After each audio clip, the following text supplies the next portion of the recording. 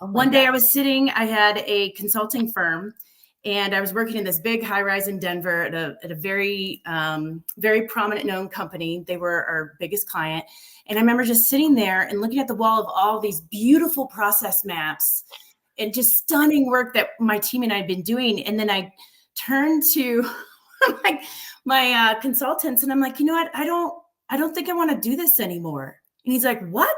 I'm like, I'm not present in this work anymore. And I think, you know what? I want to serve people and I want to do it in this way.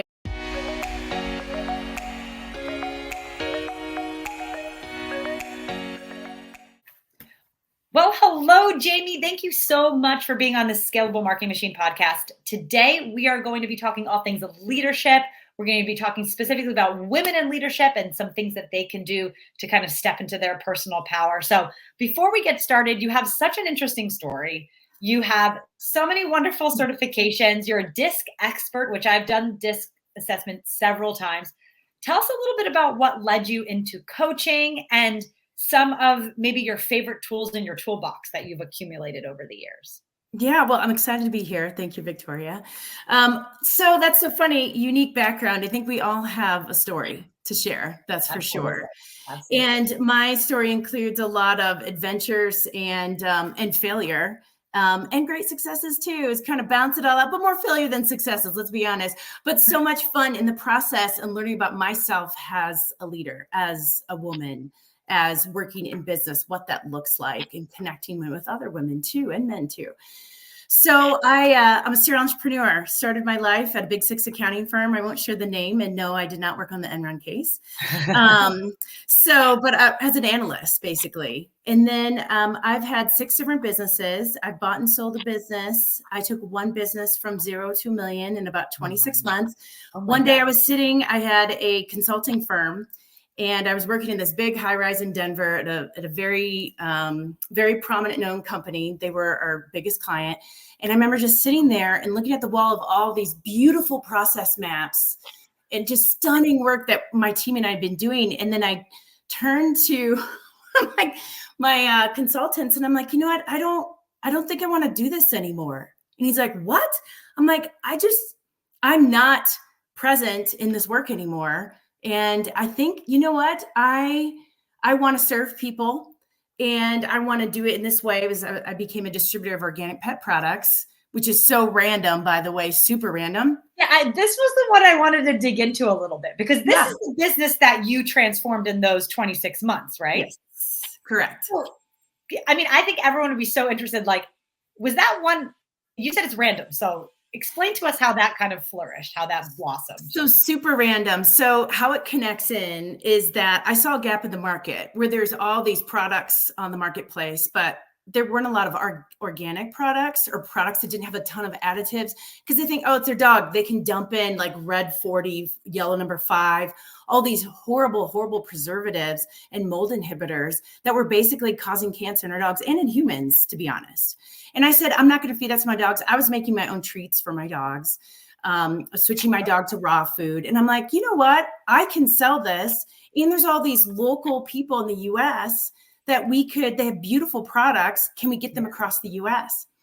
And so I to tie into that is I had a background in distribution. That's one of the companies I worked at. And manufacturing. So that was in my 20s. And in addition to, I was a pet photographer for like 2 hot minutes. Oh, I love that. 2 hot minutes, Victoria. It was a fun thing to do when I was home because I always wanted to be there for my kids, right? For some form. So what can I do in the weekends and the evenings, whatever the case, but I can still take them to school and drop and pick them up. And so I remember I photographed a celebrity, but she's a wonderful lady. And they flew me to Georgia and it was for a cover of a magazine. And I just remember walking to her gorgeous house in Atlanta. And my assistant and I are setting up lights and all these ferns everywhere in this big, beautiful wicker chair. And we're still setting up lights. And she comes flying out and she's like, I'm ready. And she sits down and poses. And I'm like, my lights. Okay, we're doing this. What this is happening. And we took the most amazing photos and we had fun and she jumped in the air and it was great. So I had just a stint with pet photography and I love dogs. There's like this healing nature to them. Anyway, whatever the case. So, yeah. And so that was kind of the connection that brought it all together. So and basically it was just, that, it was a calling. And it sounds like your background really gave you the confidence to like dive into that. Yeah, and my accounting background, cybersecurity, I was heavily involved in with that too, and like fraud cases, which that doesn't really apply to distribution, but putting safeguards in place and making sure that accounting is top notch. I think that's really important, especially with distribution. So marrying it all together, and I was just like, I've never built $1 million business.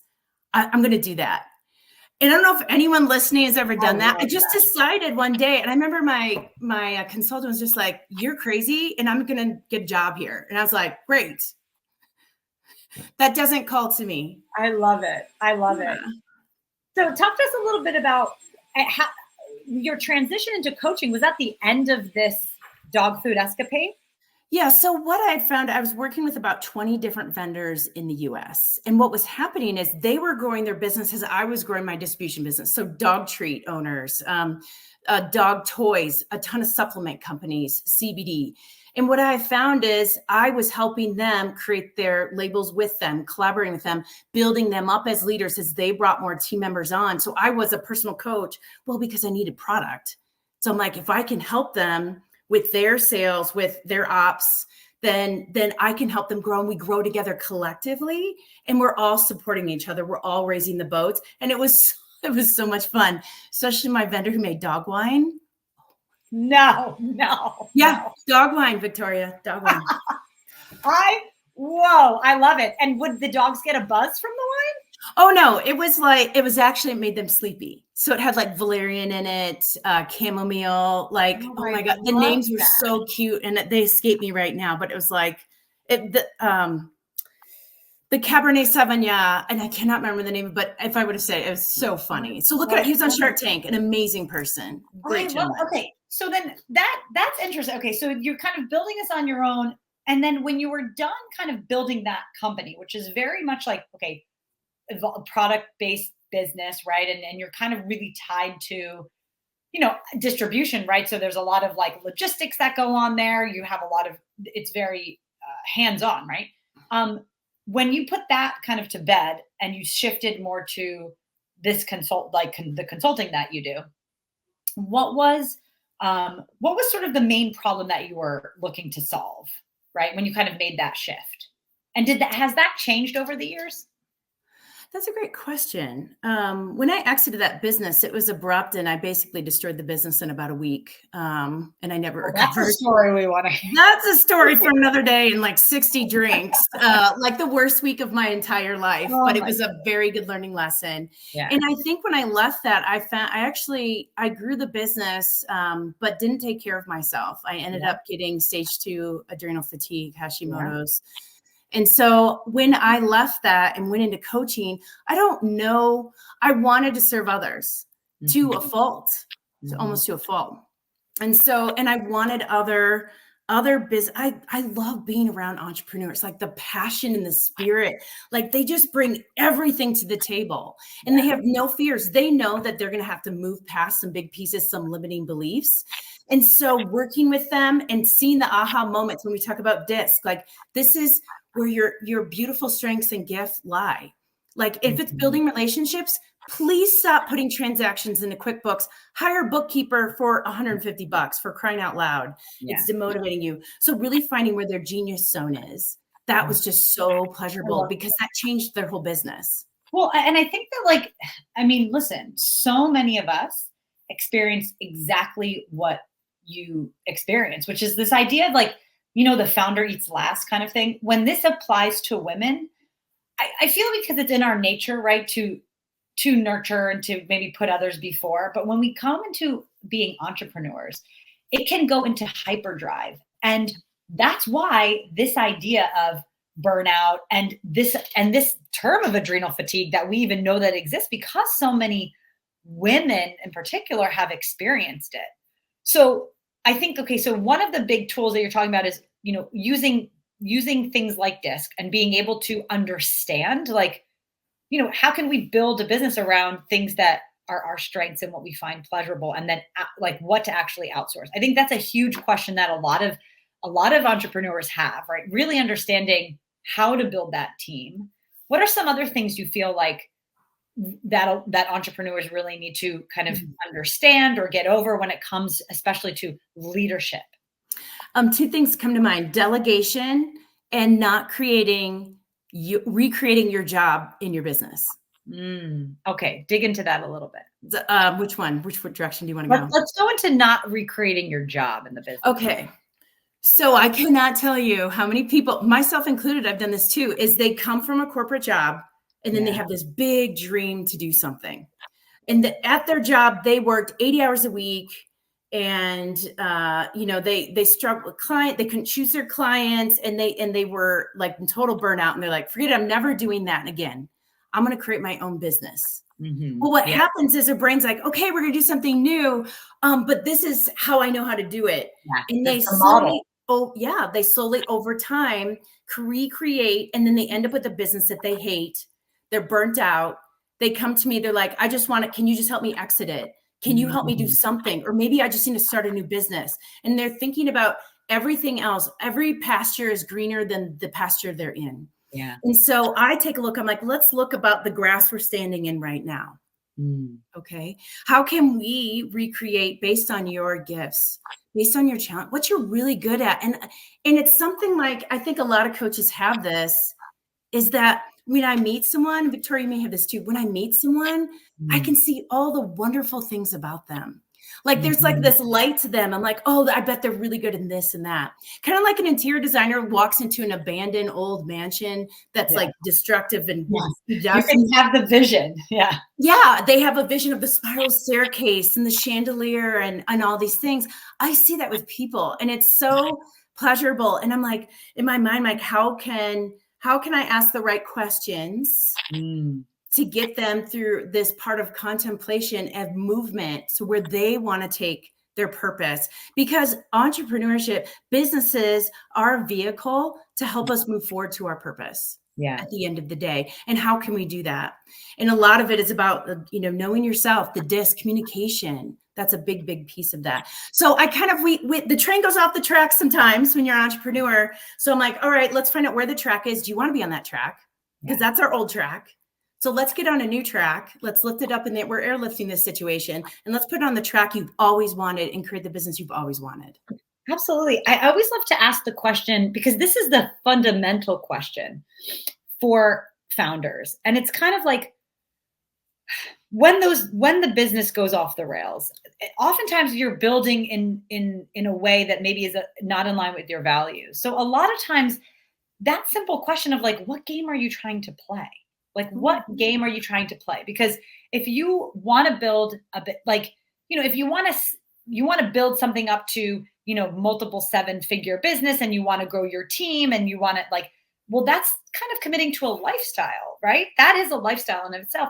Or, if you want to have a business that's enough for you and your family, and to create the kind of, right, if you want to be home with your kids or whatever, that's a totally different kind of business, right? You want to kind of look at what appetite you have for how many people you want to manage, what kind of growth you're really after. Do you need to go for investment? Do you, or not, right? Like, what is really trying to do? Because so much of how we show up as a leader falls from that question, which I think maybe we answer in the beginning, but as you said, as have this default programming to just kind of do what we did, we maybe lose or we don't have the roadmap to kind of to create kind of the life of that we want in our businesses, because we don't really believe maybe that we could have a successful business that's in a different style than maybe what we know, which is like very maybe intense, high pressure, working all the time kind of thing, right?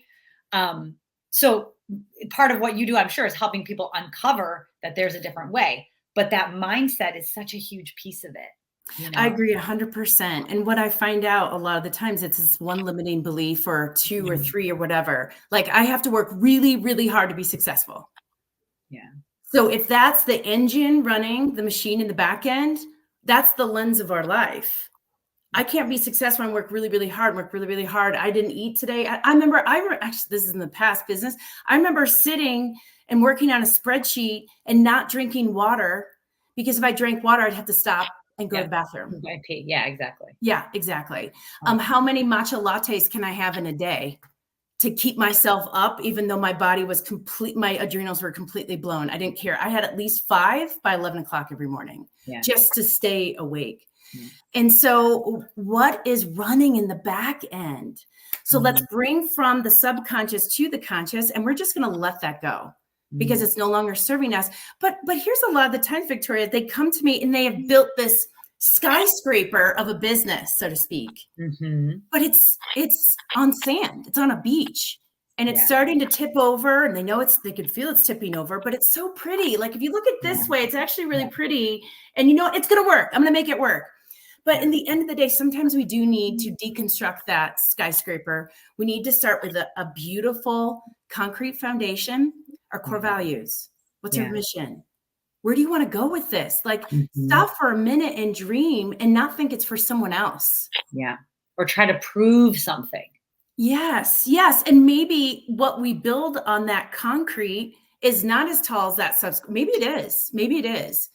But what if we had a beautiful building and maybe it's a quarter that size, maybe it's half, or maybe it is the full size, but we are on a solid foundation. So we're going to slow down so we can walk now to run later. Yeah. And so, yeah. Well, I think one of the things that, as you were talking about the, you know, like caffeinating and not drinking water and not stopping, I think maybe this is just me, but you can tell me if this is common or not. I think a big piece of that not wanting to slow down, there's this desire and that ambition to go forward. But I also feel that whisper in my ear of guilt, like that I can't take the lunch. I mean, I deal with this now. Like I can't take the lunch, or I can't take a day off. Like, it's so funny. I know you're in California, you were in Denver, and you're in California too. I'm in Denver right now. Yes. But a beautiful place, right? And I've lived in tropical places, and I've always had this fantasy of like one Friday, what happens if I just like go to the pool instead of like working back to back? And I remember having that thought like 5 years ago, and I've never done it. Hey, guess what? It's Friday, Victoria. It's summer solstice. What a great time. I talk myself out of it. I imagine you and Denver being like, what happens if I just ditched this all and went for a hike, right? But I think it's that guilt, and it may be expectation, maybe all those things. So what is something that someone can do if they find themselves up against, that they've built a business or a lifestyle that maybe is not for them? Maybe they're building it for someone else, or maybe they have this guilt, and maybe they're not being motivated by something that is true or, in their hearts. Yeah. What would their first step be? So it sounds like if someone they know they're going off track. Yes. Like they look at that building tumbling. So you're saying go back to your core mission and values, but then what do you do?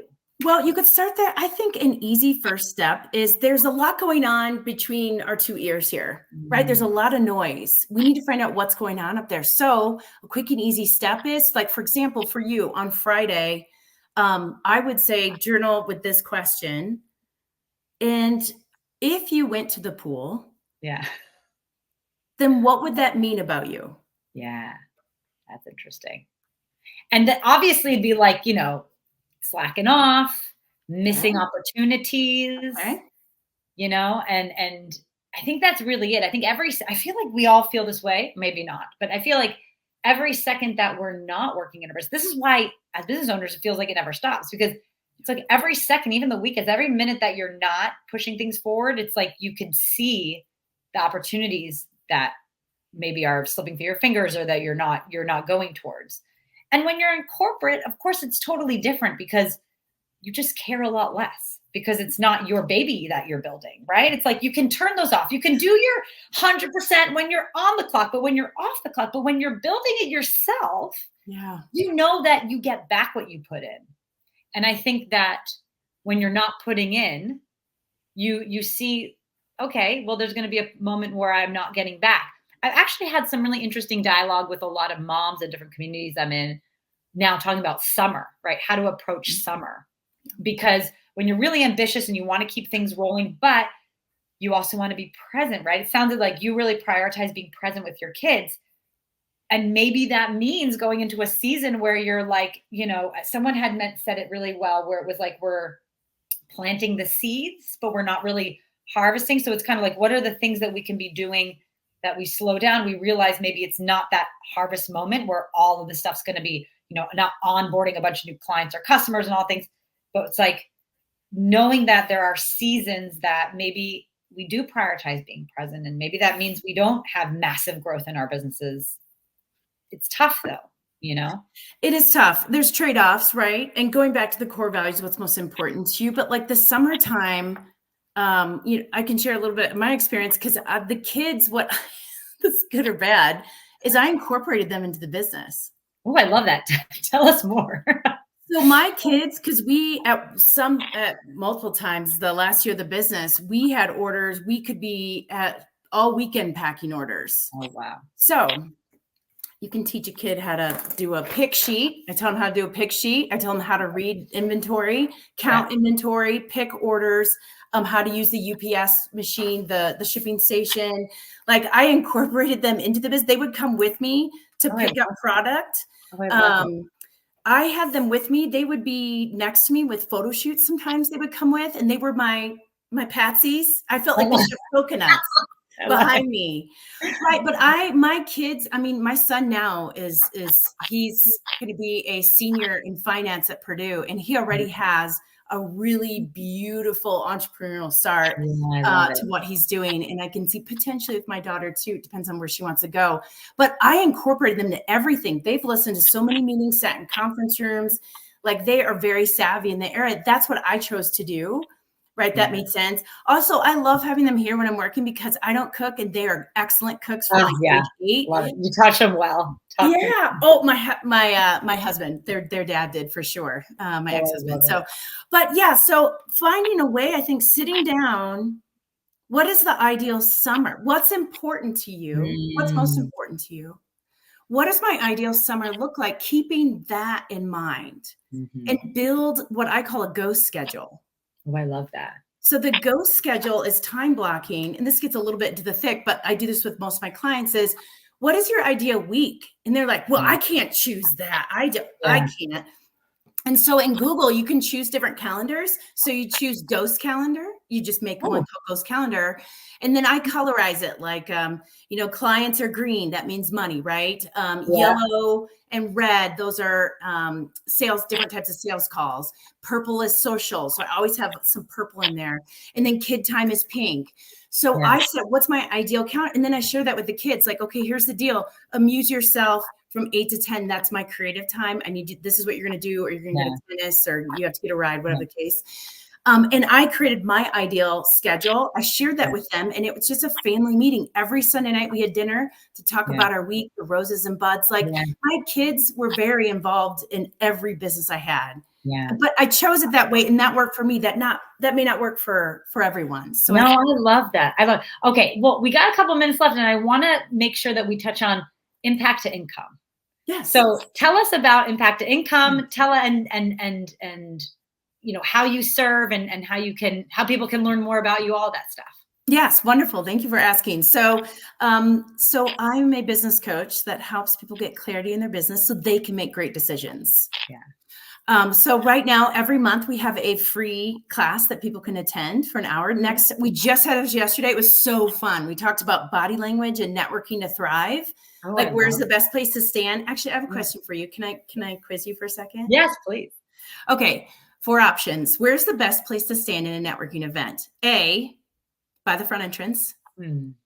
B, end of the bar. C, front of the bar. Or D, curled up in a ball in the corner. Okay, it's not D, but a lot of people were like, I want it to be D. No, I would say, you'd always find me front of the bar, girl. Okay, all right. Front and center. Okay, front of the bar, fair. And that's what I've chosen too. But research says, drum roll, end of the bar. Really? And here's why. Yeah. So one of the worst places to stand is at the entrance because people come in. A lot of people have anxiety. They don't know anyone. And the brain Neanderthal scan, that Neanderthal brain scans, is this safe? Is this a safe environment? I need my name tag and I need my liquid courage, AKA wine or beer, whatever. Yeah, not the dog wine. Yeah, exactly. So the brain's like, get your name tag and then go get a drink and everything will be fine. So people get their name tag at front entrance. They're not interested in talking yet. Yeah. They want to go to the bar. And then right when they exit the bar, they're like, okay, I have my drink. And it's like being high school with your cafeteria tray. Like, where do I sit? You're looking for friends. You're looking to belong, looking to connect. And if you stand right by the end of that bar, you're going to get the best connections right there. I love that. Right. Yeah. So I teach those types of things on a monthly basis. It's a free class, and it's called Lightbulb Labs. So I do VIP days. We also have a mastermind starting in January. It's a 12-month mastermind program. Oh, wow. And I'm a speaker, and I love to speak. I love to speak about listening communication, listening for confidence. Yeah. I love that. Okay. And so if someone wanted to go to one of these monthly sessions, where can they sign up? Yes. So you can go to impacttoincomeprogram.com. And in fact, after this, I'll give you the link, or I can put it in the chat. We'll link everything up. Yeah. And they can go to events. And then also we have an in-person planning day in Denver, November 1st. If you want to map out your entire 2025 and really drop into your core values, your mission, and then plan your year based on that. It's a really beautiful time where we all come together in a gorgeous space in downtown Denver. So that's only 12 spots open. That opens August 1st. Oh, wow. Okay. Well, make sure that we are on the list for all of that. And yes, there's a wait list. Amazing. Okay. And where do you like to hang out? Well, I'm on social. I mean, like in your life. On social, do you love to be on LinkedIn or Instagram where people can connect with you on social? LinkedIn is the best place by far. Instagram's like super fun and I love it, but I have like kid photo, you know what I mean? Like that's like my personal stuff, but I connect with people all the time on Instagram, but LinkedIn is like, these are my people here. Okay, awesome. Well, Jaime, thank you so much. We'll have to have you back here next time when we get into planning for the year, because it sounds like you've got some really great systems and anchoring with your mission and vision to kind of plan the year that you want. And I love the ghost calendar strategy. That is something that I'm going to be doing today for the summer. That's going to help me so much. Yeah, go to the pool. Are you going to the pool? No, girl, maybe I got to go to the pool today. Ooh, Victoria, I want a picture. Celebrate summer solstice, baby. Let's do it. Okay, I love it. Well, thank you so much, Jaime. Thank you for being a guest on the podcast, and we will be in touch. We will have you back real soon. Thanks. Excellent. Thank you. I appreciate you. Thank you, everyone.